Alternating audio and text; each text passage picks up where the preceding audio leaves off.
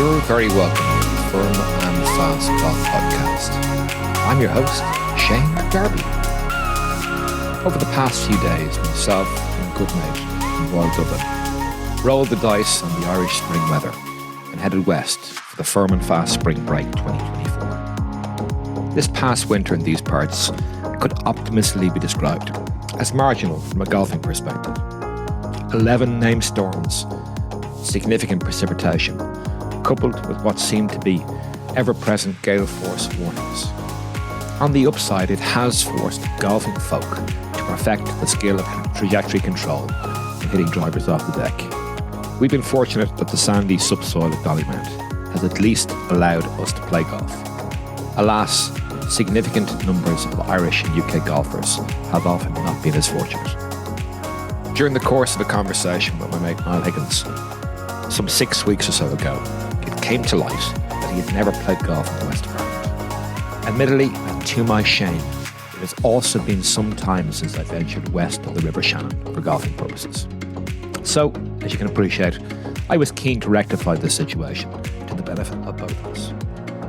Now, I'm a man of action. That particular admission will come as no surprise to those who know me. I'm also quite partial to the organisation of a golf trip. So dates were agreed upon and arrangements fell into place relatively smoothly.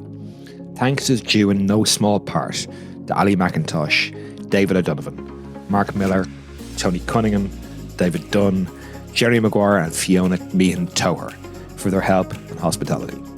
This initial conversation with Niall endeavours to provide a beginner's guide to a trip of this nature through the prism of a first-timer. More content from the trip will be forthcoming over the next few weeks, some of which has already been recorded and some of which is still in planning. We hope you enjoy something a little bit different. Mr. Higgins. And many thanks for tuning in. Mr. Darby, good to see you as well. Thanks for having me on. And thank you for agreeing to make your first podcast appearance with me on Firm and Fast. Good to be here. Before we get cracking, and for the benefit of the listeners, you might just introduce yourself. So as we said on the video that never got pressed in the car on the Thursday going down to Counties Sligo, name and serial number.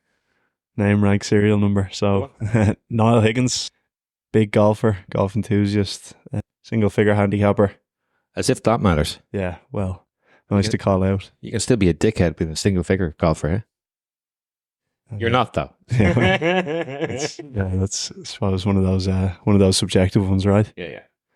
Listen, picking up on the theme of firsts, we managed to get in and out of coastal Sligo and Mayo pretty much unscathed over recent days, despite the lottery that Irish weather can be in April. We also managed to introduce you to the West of Ireland Links Golf. I guess maybe the first question really is, before we get into the meat and bones of what we did and where we saw and what we liked, what were your expectations, if any, prior to the trip? I know you didn't do much research, which is always good, but I know you'd heard a few things about certain places, and I'm just interested to explore that first of all, and maybe then look at whether or not that was confirmed or not. Yeah, so I suppose, yeah, as you said, I did very little research going over. I kind of only had the preconceived ideas of kind of Ross's Point, County Sligo, host of the West of Ireland, notoriously difficult. Cairn, a couple of maybe people had said, not everybody's cup of tea. A couple of maybe silly holes. Didn't think that was the case. Enniscrone, I suppose, one of the members in the club had said, yeah, don't come down to the Scratch Cup until you've played it a couple of times, because you'd kind of want to know where you're going. Strandhill, have you ever heard anything about that? Hadn't actually really heard anything about Strandhill. But I guess just picking up on that, it's amazing. I mean, we just spoke sort of off mic, and very much in the same way as there are unheralded gems out there, and like Strandhill, again, I've spoken to obviously Ali McIntosh, the current course consultant course architect. Anytime I speak to him on the pod, we speak about Strandhill and what he's done. But it far exceeded any expectation I had. I mean, I didn't, I was an open book with it because I didn't do very much research or didn't know anything other than him talking about holes that I hadn't played. So you're kind of there going, you're kind of hearing it in a vacuum. But for 90 acres of a site, Jesus, it's extraordinary. I think if you were to put Strandhill maybe in somewhere like Kerry or maybe even Clare, it'd probably be spoken about a lot more. I would think. There's just, I guess, there's always that shadow in the same way as maybe look at Portrush or Royal County Down. Obviously, they have another course attached to them, and it kind of gets not ignored, but it's people are mad to play the big course twice if they get the opportunity to play it twice, and they kind of ignore the little brother or the little sister, whatever analogy you want to use. And I guess Strandhill sort of falls into that particular envelope in relation to just being in the shadow of Ross's, because I mean, Ross's was our first course up, and it was a busy day, early day. I mean, you were picked up at 5:45. I made the mistake of listening to an alarm clock call, not an alarm clock call, a notification, knowing full well that the tourist sauce for the no laying up tourist sauce was out at 2 a.m. our time. And there's a video to prove it. They're humming and hawing. Should I watch it? I did watch it. So I was up since 2. You probably got up at 5, did you? Yeah, it was probably close enough to that, yeah. Quick cup of coffee and a shower and into the car. Yeah, you were probably quicker out of bed that day than you were on the Sunday, was it? Sleeping through the bloody alarm. Yeah, there was a couple of points of there was. And it was going down very well, it must be said. But anyway, so our first stop was Counties Sligo Golf Club. As I said, busy day. There's podcasts to come with both Tony Cunningham, the club historian, or not the club historian, just somebody that's interested in history. He was at pains to point out that he wasn't actually the club historian, but he knows a lot about the evolution of the club, and then obviously afterwards with Mark Miller, the superintendent. So we teed off at 10:20 on the Thursday, and what were your initial thoughts about Sligo? I mean, it wasn't quite the weather that we had for the remainder of the trip. Kind of overcast. The place was not quite in a summer plumage just yet. Obviously, it's early in the season. But what were the initial observations, just as you were getting to grips with the monolith that is Ross's Point? Well, yeah, obviously we landed maybe 9:30 and got in and kind of had a poke around the clubhouse, and initially it was great to kind of see the West of Ireland champions, and particularly Hugh Foley up there on the wall. So you kind of see that recent, but then you walk up that stairs. For the benefit of listeners, obviously there are a good percentage of Irish listeners, but most people probably don't know who Hugh Foley is. So maybe explain that. Okay, well, Hugh Foley, probably in my opinion, one of the best golfers that Royal Dublin has produced. West of Ireland champion, which is the championship, one of the major championships in amateur golf in Ireland. And Hugh, I'd consider Hugh a very close friend, and he's on the circuit, kind of. Maybe tell people about the journey he's been on, actually, just very briefly. I mean, I don't want to tell too much of Hugh's story either, but just for context, I suppose what I'm getting at is, he was a late bloomer, maybe is probably the best way to put it. Yeah, maybe a little bit later to the championship scene, certainly in Ireland, and then, really late bloomer is probably a good way to put it. Yeah.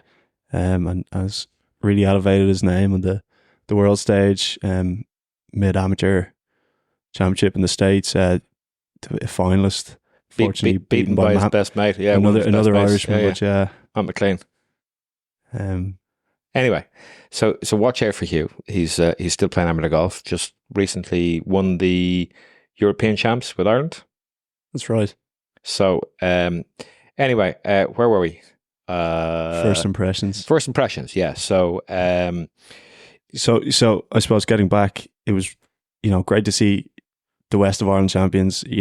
Hugh Foley's up there, obviously a very close friend, but then seeing the likes of Rory McIlroy, Harrington, and a number of other big Irish names in amateur golf. But then getting in and kind of seeing, stuff about the history of the club that I really had no idea. But then there's stuff like the Sligo militia, which was something that I really picked up on the wall just because I like the look of the name rather than actually knowing anything about it. But then I presume scary men down in Sligo. Well, that's it. And then the ties back to Royal Dublin. Then of course, as you would explain later, around Lieutenant Colonel Campbell, was it? That's the one, Willie Campbell. He was captain in 1914, but the 12th hole in Royal Dublin, which is the par 3, is actually named after him. But Campbell himself obviously was involved in extending the golf course from 9 to 18 holes before Harry Colt was invited over. But look, we'll hear a little bit more about that from Tony in the next episode. So obviously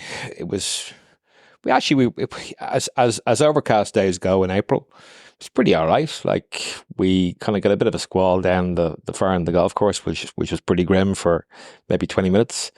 We did happen to come across one of the tougher holes during that particular scenario. We won't talk too much about where your drives went to. Drives, plural. Yeah. It's a little bit snipey left. We did find the second one, so that's good. But yeah, I mean, did you find, I mean, obviously you heard horror stories about potential horror stories, and look, it does get pretty crappy down there. So you can kind of see where an elite amateur would be coming from in relation to, God, how do you score around this place? But did you find it difficult? Did you what were the takeaways from the experience? I mean, is there anywhere that you played that you think is similar? I wouldn't quite kind of say it was similar, but I it was a very enjoyable day. I mean, kind of starting the welcome we got, walked out onto the first tee, was brilliant. In terms of, we were a bit pushed for time, actually. That's my fault. Well, yeah, I mean, yeah, you got chatting to somebody, but I mean, that's fine. So yeah, fair play. And it's funny, Ireland's a small place. And I was in doing a podcast with the superintendent, Mark Miller, again, which will be up after the chat with Tony. So episode 3, if you like, in terms of the F&F Spring Break, as it was. But we bumped into a couple of fellow Rolled Up members as well. Hello, Mark. Hello, Donald. Hello, Colin, if you're listening. Anyway, so any other sort of takeaways in relation to Counties Sligo? I mean, have you been daydreaming about the place at all since you came back? Yeah, I think and it was an interesting way to do it, but I think it turned out to be probably my favourite course that we played over the weekend. And it's somewhere that I think I'd, probably like to play my golf regularly. If I was holidaying in Sligo regularly or whatever the case may be. I thought it was kind of the most accessible. I mean, obviously I do like to play well when I go and play in new places, but that can't always be the case. But I could see how you could potentially get around it, weather permitting, obviously. No, for sure. And so you'll go back? Yeah, certainly if I was welcome. Yeah. And can you? I mean, you presumably been scratching your head maybe since we came back, insofar as wondering how the hell you managed to make it to 30 years of age and not get to the west of Ireland, huh? What's the story behind that? Like, just no opportunity? I suppose I probably wouldn't have played an awful lot of golf kind of in my younger days. Uh-huh. I played a lot of football, bits of hurling. Wasn't overly interested in the golf. Uh-huh. Went away caddying a couple of summers, made a few quid, came home, was in college, and ended up actually going on a year-long visa to the States. Caddied in Cal Club kind of on weekends to, I don't want to quite say make ends meet, but it was more for a few beer tokens. Well, supplement your income, I suppose. There you go. Yeah. And, Cal Club, great club, just outside San Francisco, and had a lot of similarities to kind of what I knew as Royal Dublin. And kind of thought, God, I'm missing out on, the great asset that I have at home and membership in Royal Dublin. So came home and kind of got into that. But as a result of not playing golf in my younger days, I didn't really play a lot of these great golf courses. For example, I only played Portmarnock basically on my doorstep when I was maybe 28 or 29. So, but the other side of that is, that's just think about the endless and boundless opportunities. I mean, we were talking last night, and this is a complete aside. You're planning a trip over to Australia, and to all those listeners out in Australia, Niall is planning to go over in February. And I'm relatively well connected in a couple of the cities over there. But needless to say, if there's any members of nice golf courses over there that would be kind enough to invite or host Niall, I think certainly. And look, I'm surprising him here in relation to saying this, that certainly I would be very happy and grateful, actually, if there are listeners out there that might be willing and able and keen to host a good lad in terms of just showing him about. So just shanemdarby@gmail.com is my email address. So please feel free to drop me a line. So February 2025, Melbourne. Adelaide's pretty well sorted, I think, and maybe Sydney and maybe Tassie.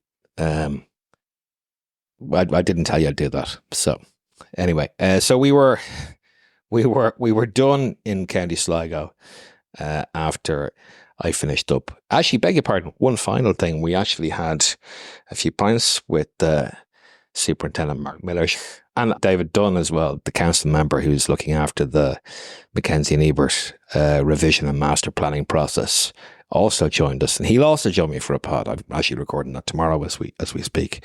I think just across the board, the welcome, not only in Sligo, but like Sligo is probably 2 hours 45 from Dublin. Like the maximum we were away, and it's one of the furthest points you can probably get away from Dublin, Belmullet, where we finished the trip. I mean, maybe just broadly speaking, did the welcome meet your expectations? Actually, I didn't think you could get a welcome that big. There was, notwithstanding, kind of people were waiting to welcome us, but they were also kind of interested in having a chat. Yeah. Where are you from? Obviously for me, they knew you quite well, yeah, as I could see, but dead interest. Where are you coming from? Where are you a member? Yeah, this and that, and just the genuine interest, which you don't always get in Dublin. Well, it's a bigger place, and at the end of the day, I think the further west we went, as we looked up, we could see the aircraft heading for North America. In fact, if you're ever going to North America, just take a look out as you cross the Irish coast on the Atlantic seaboard. Have a look down. You'll probably see Cairn, going by the amount of jet contrails that passed overhead. Anyway, I digress. So we were on to Strandhill the next day. So I will stick up a couple of links in relation to just bits and pieces that we came across, and eateries and whatever else. But stayed the night in Cairn. Stayed the night at Strandhill, beg your pardon. Up bright and early. Again, still overcast. So it's still kind of not, well, spring has been late in coming this year. And as you've heard me speak before, it's been pretty grim. So we were out on the dice, undoubtedly, in terms of going west, which can really be. I've visions of playing rugby out in Clifton and even Sligo Rugby Club, which is just over the hill from Strandhill, and 60, 70, 80 km/h winds, and box kicks went up, but the scrum half and the ball goes over the fullback's head, like literally just. Of course, I'm there shivering on the sidelines going, don't put me on. Of course, the last 10 minutes you go on. Anyway, so it wasn't quite that bad, but summer did finally come, but at 11 o'clock, we teed off at 10 to 9 or something like that. And Javi, who's the pro there, French dude who has moved lock, stock and barrel from, where did he say he was from? Somewhere south of Paris, I can't quite recall. Anyway, Javi, if you're listening, thank you very much for the welcome. And Jason, thank you very much for sorting us out. And thank you for the thank you that you passed back to us via Ali. It really is very much appreciated. So again, Strandhill was an unknown for both of us. How would you characterise the 90 acres that makes up Strandhill? Now, we did see it the night before. We went down, so we arrived after our trip down from Ross's, which is probably a half an hour drive, maybe. Would that be right? So it's essentially back into Sligo and out again around the bay. So we sort of saw a couple of greens and tee boxes, and then that mad dune, if you like, that you sort of play around from the fifth and whatnot. So we'd really no idea what we were looking at. It obviously became clear the next morning when we were sort of down that neck of the woods. But what strikes you in relation to Strandhill? I mean, it's a pretty bijou site, 90 acres, as I said. How would you explain to somebody if they've never seen Strandhill, other than going on Google Earth? Because that's actually well worth doing. So just take a look. I mean, in all cases, actually, just to give you a feel for the topography. Yeah, so I think we talked about this as well when we were actually playing golf that day. The word kind of quirky can be disrespectful, I think, to golf courses, but I think, you know, quirky and fun is probably how I would describe Strandhill. First couple of holes are, you know, tough. Couple of opens with a par 5, couple of tough par 4s, and then you get into the kind of madness of it. A lot of very interesting shots over moguls, through dunes, around dunes, over dunes in some cases. You really have to kind of, we were lucky, I suppose, we had that stroke saver that day, but you really have to trust, I mean, where it's telling you to hit it. Blind trust. Yeah, and look, I mean, some of the most remarkable holes. I mean, the fifth hole, as an example, that sticks out in my memory. The 13th hole, obviously, we have. I think we videos of. We certainly have a couple of videos of the 13th hole. I mean, that's probably one of the most outrageous golf holes that I played in the country. You know, you've got to trust yourself to hit something over a stone on the hill. And if you've not played it, you've no idea what it looks like. And literally you turn the corner and you shouted back to me, "This is bananas." And I somehow managed to actually trust the whole process. I mean, I guess maybe talk to me about your discomfort on that particular tee shot. So it's a short, relatively short par 4. I think I hit driver 7-iron maybe. You probably hit driver 9-iron. I actually hit 2-iron there. Okay, beg your pardon. But yeah, like when you talk about discomfort, I suppose when we got to the tee, I kind of looked up onto that dune in front of us and said, like, they didn't put that white stone there for no reason. So it's obviously over that some capacity. You're kind of standing over it and thinking, I don't know where the bailout is here, or have I hit a good shot? Have I not? Yeah. Ended up hitting a good one, so must have been relatively comfortable. Absolutely, yeah. and then maybe speak about the aspect of the green. I mean, we both had birdie putts. I mean, although you probably couldn't call, but I had a birdie putt. I was so restricted by the dune that's literally right beside the collar of the green.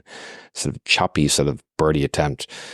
To be fair, you made a better attempt. It didn't go in, but we have plenty of video evidence of. I mean, to be fair, we did, and just to digress for a second, where did you find that €2 that we were playing for? It was actually in Strandhill. Yeah. So somehow we managed to play 2 rounds of golf without either of us having a birdie. Doesn't say much for a putt. Well, I suppose we can say we only started trying once we found it. Well, maybe so, but and to be fair, it wasn't as if the greens at Ross's or Strandhill were bad, because actually the putting surfaces were pretty good, you know, throughout, but particularly in the first 2. So yeah, so just as an aside, we basically had a competition. We actually tied 4-all in the end, but the first birdie wasn't actually had until that afternoon in Strandhill, after a couple of pints actually, which I guess I generally don't do. So that brings us on to Enniscrone. And actually, to be fair, anything else before we do that? Anything else of note in relation to Strandhill that sticks out? Back to the 13th. I mean, that hole is crazy because you're not done after your tee shot. You're hitting it down into what felt like a corridor of kind of 5 or 6 feet wide. So you can only kind of see the flag up the middle of the corridor. So that was like nothing else I've kind of really ever experienced. It certainly asks a pretty searching question. You got to hit a shot. I mean, it's quite evident what shot you got to hit, and if you don't hit the green, well, it's not quite the same as the advice that Strokes ever gave us in the 5th, that basically said if you don't hit the fairway or you hit it left up the dune, you'll never see your ball again. That's very reassuring when you're standing at a tee with into the fan, if you like. And then the wild thing about the 5th, which is again, it's a par 5, the fairway contour and bathtub green. So you're essentially restricted in what you can see, but even more restricted because the green actually sits sort of below you, if you like. So you can't see anything. But the funny thing is, often with those greens, they kind of collect.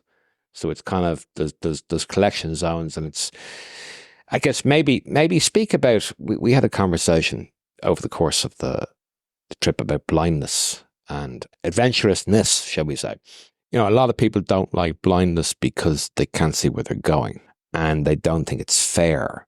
I mean, obviously we played quite a bit of there was quite a bit of blindness in evidence, not so much at Ross's, although that 17th hole can be pretty blind if you're where we were off our drives. The 17th, to go back to Ross's for a second, that 17th is probably a 4.5. Really, it's if you escape at a 5, you're doing pretty well, and if you make a 4, you've certainly made one against the field. But do you think over the course of the trip has your view on blindness changed? Is that a juxtaposition, view on blindness? I know what you're saying. No, but I know what you're kind of getting at there. I mean, I'm somebody who likes to be able to kind of see my golf ball for the most part, but having kind of gone there and, not necessarily been worrying about my score too much, and kind of hitting a shot where it's generally going in the right direction. Yeah. And you're cresting hills or dunes or getting up to kind of viewing platforms where you can maybe see where your golf ball has gone. You do kind of feel that like, oh, am I in play? Like, have I hit it where I'm supposed to hit it? And that kind of thrill is something that I probably wouldn't have experienced much, I suppose, in fairness, because I haven't played an awful lot in kind of dunes like that. But also, I mean, if from an East Coast perspective, you think about what we have available to us on a, more readily in terms of geographically, really the only major blindness piece is potentially a little bit of Baltray, and obviously Royal County Down, which is obviously notoriously difficult to secure a green fee on unless you want to pay mega money. But the 6 or 7 blind drives there. But generally speaking, and actually the island used to have quite a bit of blindness before it was. And Laytown, Bettystown, the front 9 would be semi-blind, wouldn't it? There's one or two. There's obviously the par 5 up the hill, and there wouldn't be a huge. I mean, there's a couple. But I guess my point being, there's a bigger prevalence of blindness because of the scale of the dunes, and the opportunity that affords for the designers of old and of now, if you like, to incorporate that. Anyway, so talking about blindness, there was a bit of that in evidence in Enniscrone. In terms of contrasting Enniscrone with the first hill that we played, I mean, if you had a volume and control in relation to dunescape and wildness, with the obvious exception of the flatter holes that you get a little bit of respite on, what did you make of Enniscrone? Enniscrone, I felt was, now, we played 18 holes that morning as well, so maybe it was the fatigue kicking in, but I felt Enniscrone was just relentless in terms of up and down and kind of in and out around dunes, kind of, hitting all sorts of different shots. It certainly asks a lot of questions of you. And I think it's probably, with Enniscrone, obviously the 12 holes, the dunes, which weren't original holes. Funnily enough, they were Donald Steele holes, and the Donald Steele's architectural practice became Mackenzie and Ebert. So they've obviously been back in recently to revise a couple of the holes, a couple of new tees and various other native areas that they've exposed and bunkering. But funnily enough, I think those 12 holes in Enniscrone in the dunes are arguably even wilder than Carn. And Carn is considered wild. And probably the dunescape in Carn is from a total area perspective is bigger. But I think possibly the dunes in Enniscrone are they're no less big, but they're a little bit. I don't know. I'm struggling to try and explain this. I felt in Enniscrone, you were walking back and up to tee boxes, and then walking back off and around kind of big holes. Yeah. Whereas in Carn, you could kind of walk off the front of a lot of tee boxes. Was my kind of. Yeah, there did appear to be bigger pits of disaster and certainly we found a few. Amazingly, I managed not to lose a ball there. You found plenty of balls, actually. It was like literally the dunes are great insofar as many of the visiting golfers, they seem to just shy balls away.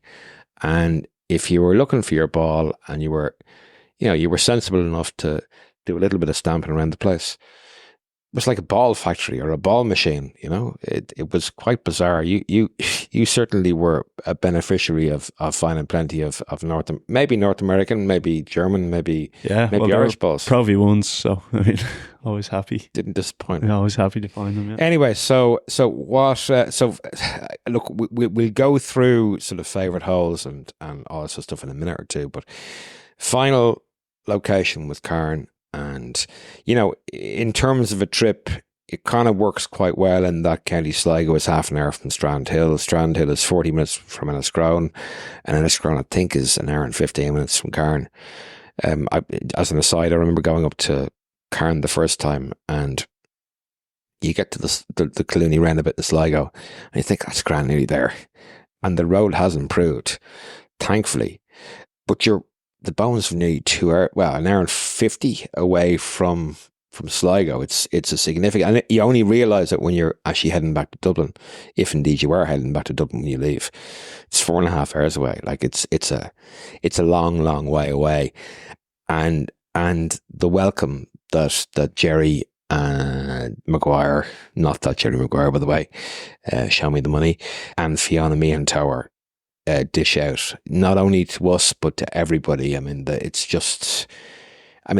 maybe before we get into the golf course, I was trying to impress upon you through the medium of the locals as to how important that place is to the economy. Did that surprise you? Yeah, it did. I didn't realise how important one golf club could be in terms of an economy, kind of in somewhere like Belmullet. I think that really kind of landed when we said we were playing golf the next day or the next 2 days to one of the bar staff in the Talbot, was it? Yeah. And he said, "Oh, brilliant." You could kind of see his face light up in terms of he was kind of chatting away to us about kind of the importance of it and that. Then one of the other lads was kind of saying, it used to be the Corrib gas pipeline or something that kind of employed a lot of the locals, and I think that seems to have gone away now or whatever. And the golf club has really taken its place. So, well, if I recall, what he said was something along the lines of, well, if that wasn't here now, the hotels wouldn't be here, the pubs wouldn't be here, the restaurants wouldn't be here, and I wouldn't have a job. Yeah, he said something about they'd all be in Bondi or something, didn't he? Exactly. They'd all have emigrated. There seems to be quite a few of them in Bondi anyway, with their Mayo jerseys on. Yeah. And we certainly needled them about a potential curse as to why Mayo haven't won since what year? It's the Gaelic football. Not sure. All I know about Mayo is that there is a curse. No team has ever scored an own goal in an All-Ireland final, and Mayo scored 2 in the one day. So Anyway, so we get on to the main event in Cairn. I mean, like 27 holes.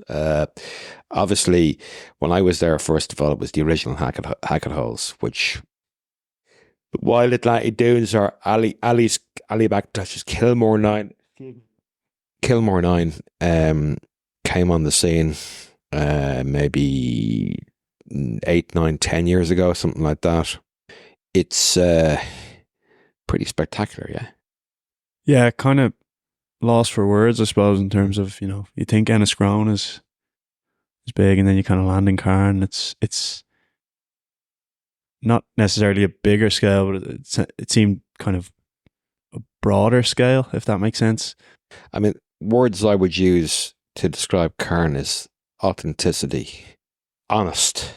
There's a concept in art, I suppose. I was only speaking about this earlier on to one of our fellow club members. A sense of place, a fit, a harmony with surroundings. And so much so that literally the course is, I mean, there are farmers out there essentially farming lynxland just beyond the barbed wire. The cattle are essentially often fertilizing parts of the inside of the golf course, and the smells and the aromas of, so don't go left on a couple of the holes that bound the farmers' fields, if you like, would be my best advice. Certainly if you hit your golf ball in there, leave it in there. Any other sort of thoughts in relation to Cairn? I mean, obviously it's, other than the welcome, which is exceptional. I mean, it's actually legendary in terms of the welcome and what else strikes you. I mean, it's definitely a place to put in the list. I was only speaking to Richard Pennell this evening, the author and a friend of mine of Grassroots, which I know you've read. He hasn't been, and he's planning, like, it's a pilgrimage he wants to take, and in addition to Mulranny. Would you go back? Yeah, I'd probably go back in the morning, to be fair. Yeah. I think it's somewhere you'd really want to be, or try to get comfortable. You don't necessarily ever get comfortable in these places, but it's a spectacular part of the world. Feels like you're in between ski slopes when you're kind of walking down some of the fairways. The fifth, particularly, is it the fifth, the par 5? The S. Yeah, that's one of Ali's holes. Again, I got turned around and confused. As you pointed out, you wouldn't know too much given the fact that I know which holes are Ali's, but also given the fact the last time I played it, actually, I only walked Ali's holes when I was there in November 22, but I got very, very confused. I was convinced we were going in the wrong direction, playing the wrong holes, and actually, you were completely right. Jerry Maguire kind of confused me even further. I'm just to put it on the record, I didn't say Jerry confused you. I said Jerry confused me. So Jerry, if you're listening, it's my fault. 100% my fault. I just got very confused. Probably too much golf, but I've had a lot of golf since then as well. So it finally finished me today. I'm definitely taking tomorrow off.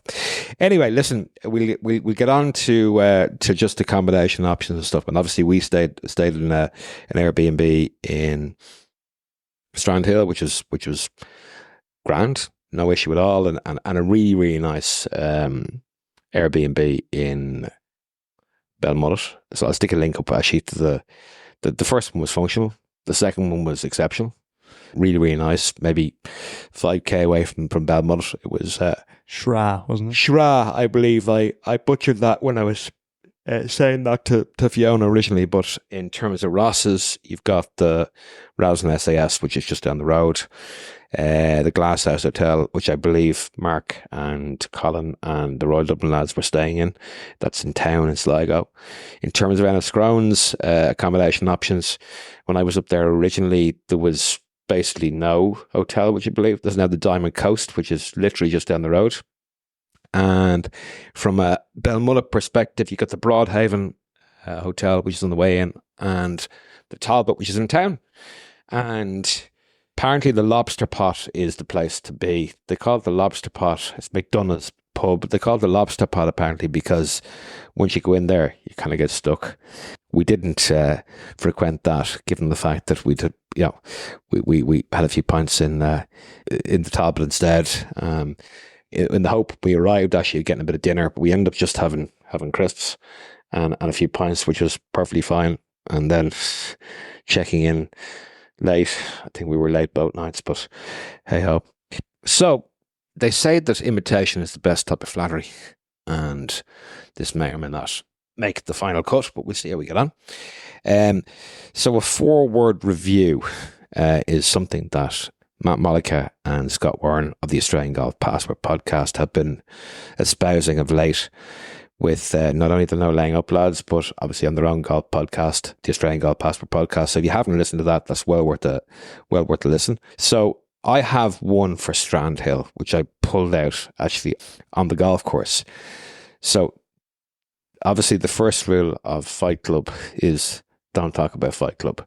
So my first suggestion in terms of a 4-word review for Strandhill anyway is, the reason why it's not known is because you're not meant to talk about Fight Club.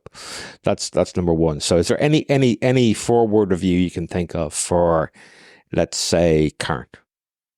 I'll have one for Enniscrone. One for Enniscrone. You want to go for Okay, Enniscrone? on you go. Funny story about Enniscrone. I went up to buy my ball marker in the pro shop and got talking to the pro briefly, and he said, "Oh, have you been here before?" No, obviously I hadn't, and he said, "Oh, make sure you've got plenty of golf balls with you." And I, took a little bit of umbrage to that, not knowing what to expect, of course, but I think net you ended up with the same amount of balls, but it may not necessarily have been the balls that you began with. Yeah, well, exactly. And so look, that'd be my 4-word course review of Enniscrone is bring plenty of balls. So I'm going to make a stab at Counties Sligo, and that would be what? Well, that's a 6th one. What goes up must come down. That's no good. And you can't really hyphenate things like that. But there's a sixth one, and really what I'm saying there is, it's very much talking about the piece of land. The piece of land is basically, if you can imagine, you've got a high spot, you have another high spot, and you've got a bathtub in the middle, and you basically play up the hill, you play down the hill, you play off the hill into the bathtub, you then scoot around the middle, and then you go back up the hill at the other end, you play up and down, and then you make that run for home. So it's one of those things. And talk to Dave Dunn, the committee member, who was kind enough to share some time with us, and will share some further time with me tomorrow. It's that you never head in the same whole direction more than twice in a row until you actually make that run for home.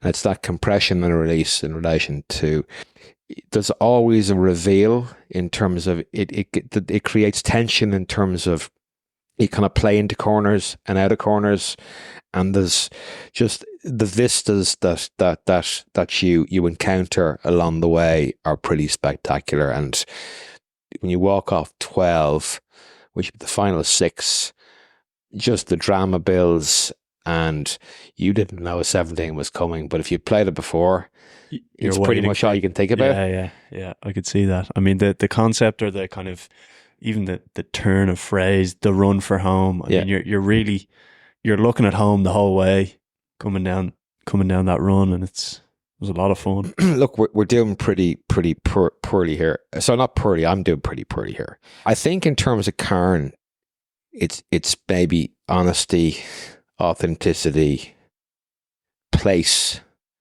and community are probably the four words I would use, because it's indelibly linked and connected to the community.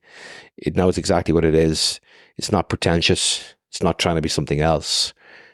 And it's kind of there, like me or don't like me.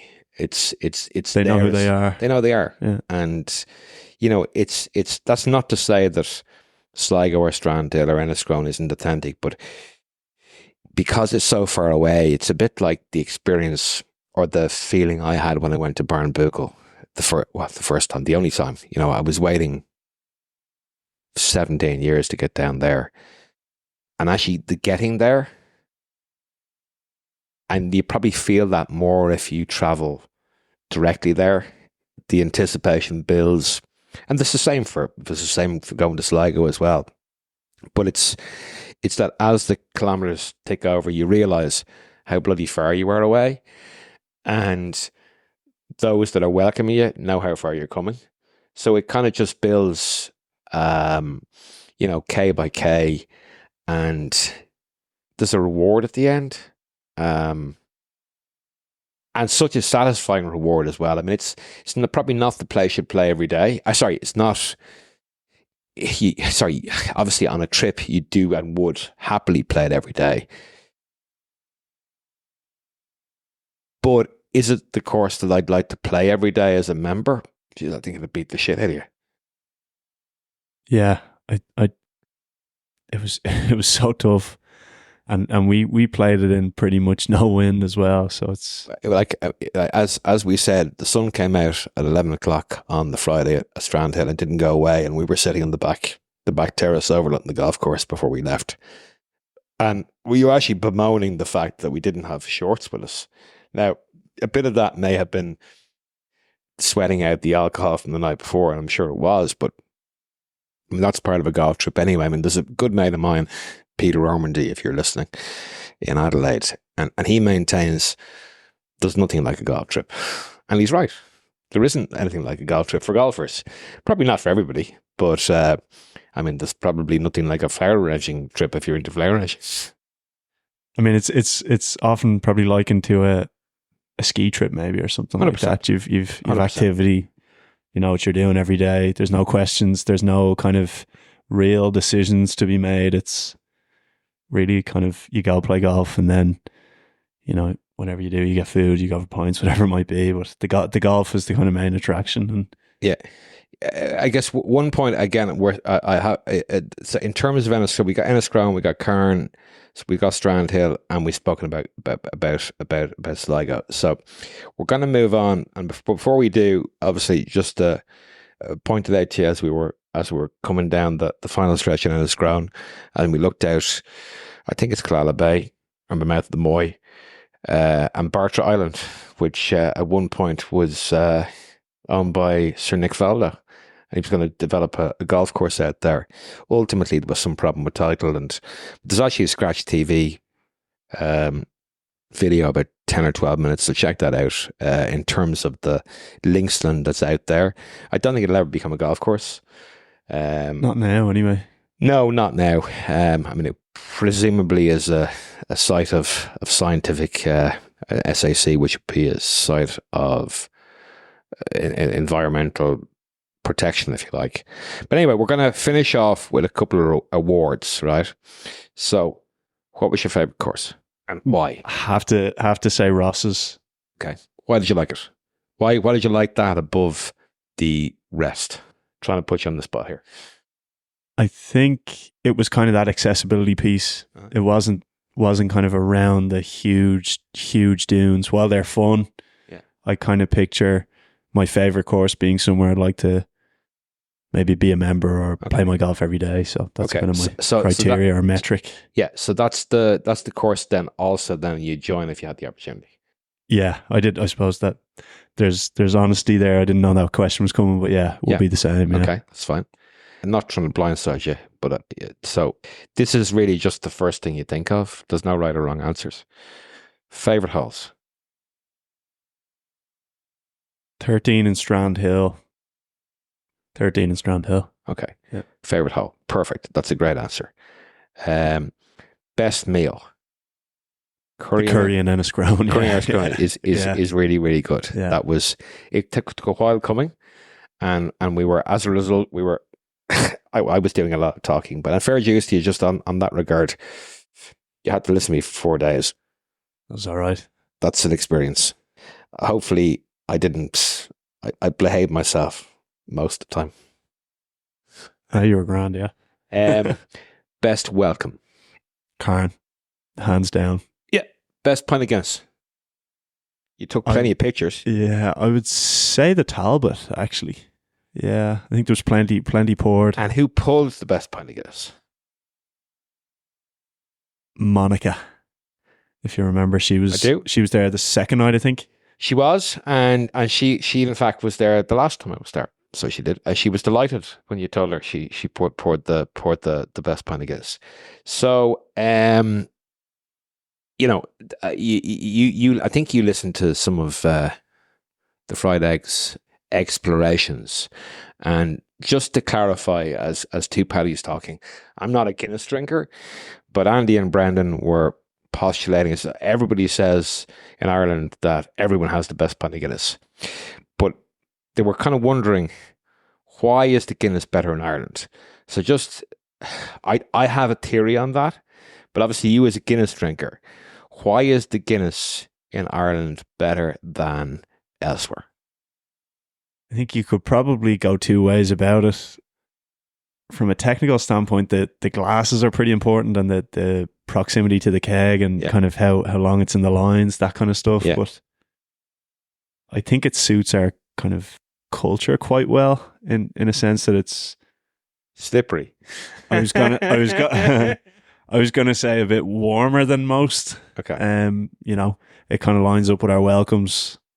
You get a pretty decent welcome everywhere you go in Ireland. Yeah. Some bigger, some smaller, but my thoughts on that in terms of the raw material, people discount the fact that actually Guinness is brewed in Dublin. It's Dublin water, and if you were to brew it, and it is brewed elsewhere, but it doesn't have Dublin water. Interestingly, as a complete aside, my understanding is the largest, you won't be surprised about me, if anyone ever needs to phone a friend on Who Wants to Be a Millionaire, I'm available, as long as there's a cut in it for me. But anyway, the largest brewery in the Guinness chain in the world is in Nigeria. They love their Guinness over there, particularly the export stuff, which I think is 7 or 8%, and they drink that warm. As in room temperature warm? It's room temperature warm. Anyway, back to the golf. The best walk. As in best kind of... Well, what I'm getting at there is, as in just, what was your favourite walk? I loved the small 9 in Cairn. Okay.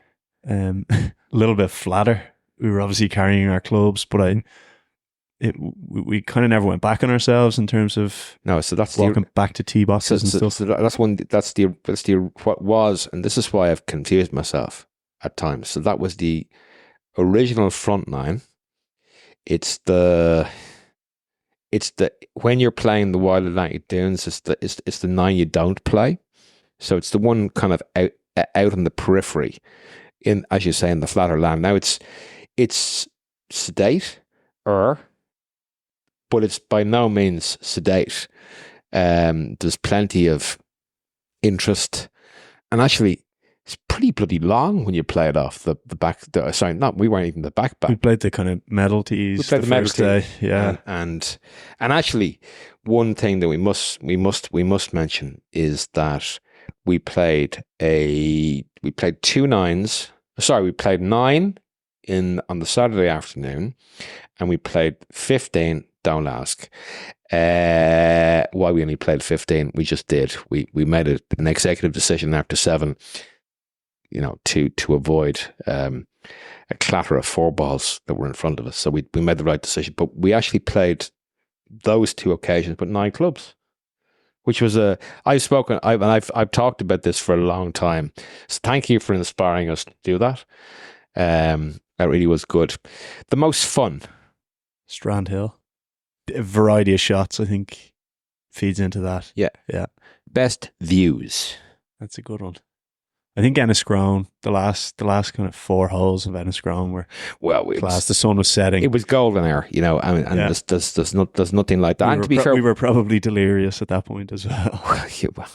Fit to drop. Best greens. You can take that as either the most interesting greens or the best surface. Yeah. I'll probably take both. I mean, Ross's definitely had the best surfaces, most interesting. Probably Strandhill. Yeah. Most confusion-inducing, or course that induced the most uncomfortable feeling. Yeah, like discomfort, Enniscrone. I mean, you got pretty confused walking around in Cairn, so would that be your Yeah. most confused? Yeah, okay. Yeah, absolutely. I got my We'll keep coming back to that. my white numbers mixed up, my red numbers mixed up with yellow signs, and just general confusion. Too close. Yeah. Best green surrounds, or favorite green surrounds, whatever way you want to. Probably Enniscrone. Okay. Now I'm going to take this one because I'm the podcast host. Okay. This is one of my so I You don't know make your own rules. Stickhead of the week, and There's a few contenders. There are a few contenders, but we leave Dave alone. Dave is consigned to 8 years of hurt with the story that he told us twice. Drunk. We'll leave him be. He didn't want to join us the next night, though. Surprised, thank God, actually, because I didn't. I tell you, you wanted. You don't talk. Keep my mouth shut on that one. Yeah. Dave will never figure out who it is because we're using a pseudonym there. But good man, Dave. I doubt you listen anyway. Dickhead of the week really has to be the four-ball dickheads of the week. So, long story short, playing golf on the Saturday in the Monk's four balls. We're kind of in position. Yes, I'm taking loads of pictures, but they're teapotting away on the tee. They're in buggies playing up on top of us. And one was fine. There was grand, but there was a petrol-engined buggy which just was annoying the crap out of me. Anyway, so one of the poor junior staff members was sent out to us on the 8th, essentially suggesting that the lads behind us had suggested we were slow. We were right in position. And so we kind of were scratching our heads, and this person should know better.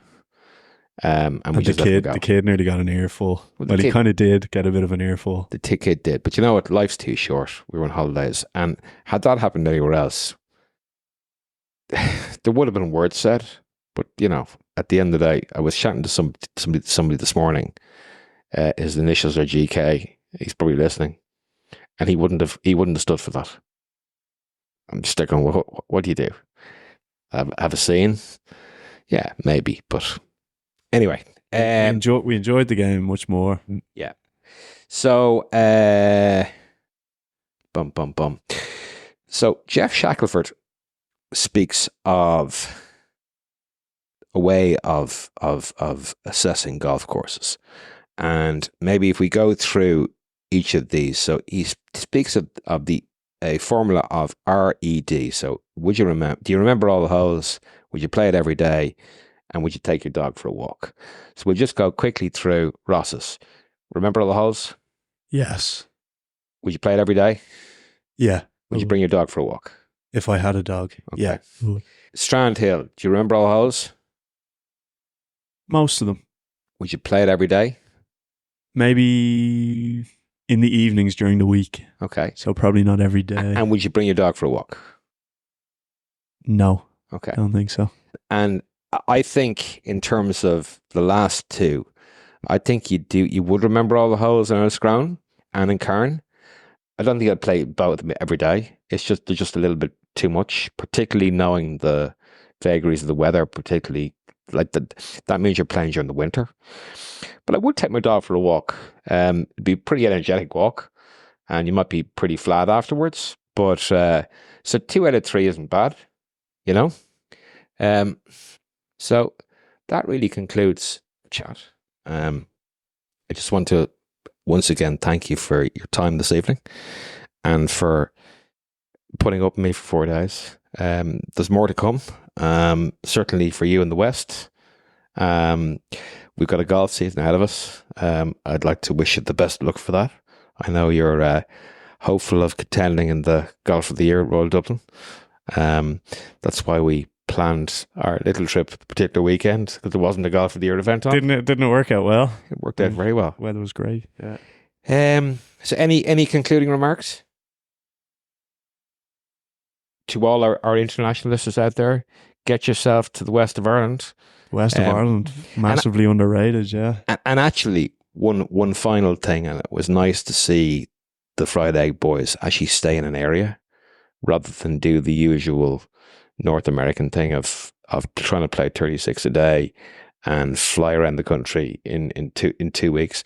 Ireland's a small place, but it does take some time to get from A to B.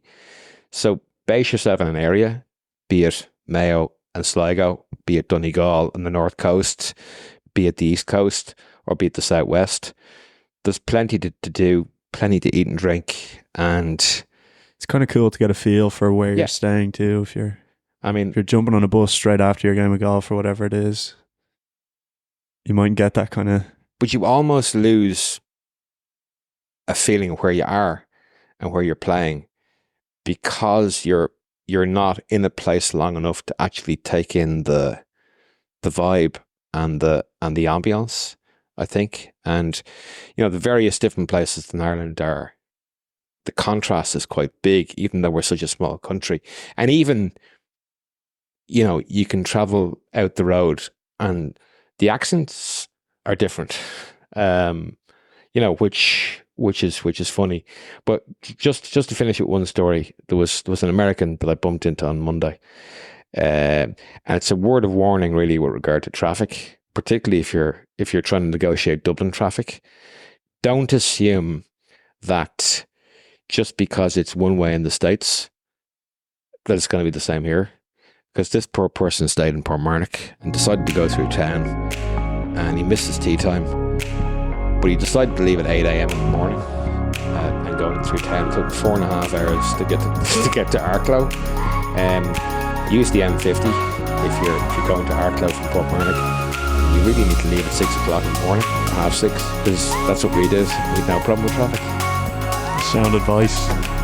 Listen, Niall, best of luck for the year ahead. Thanks again. Thanks, Shane. No problem.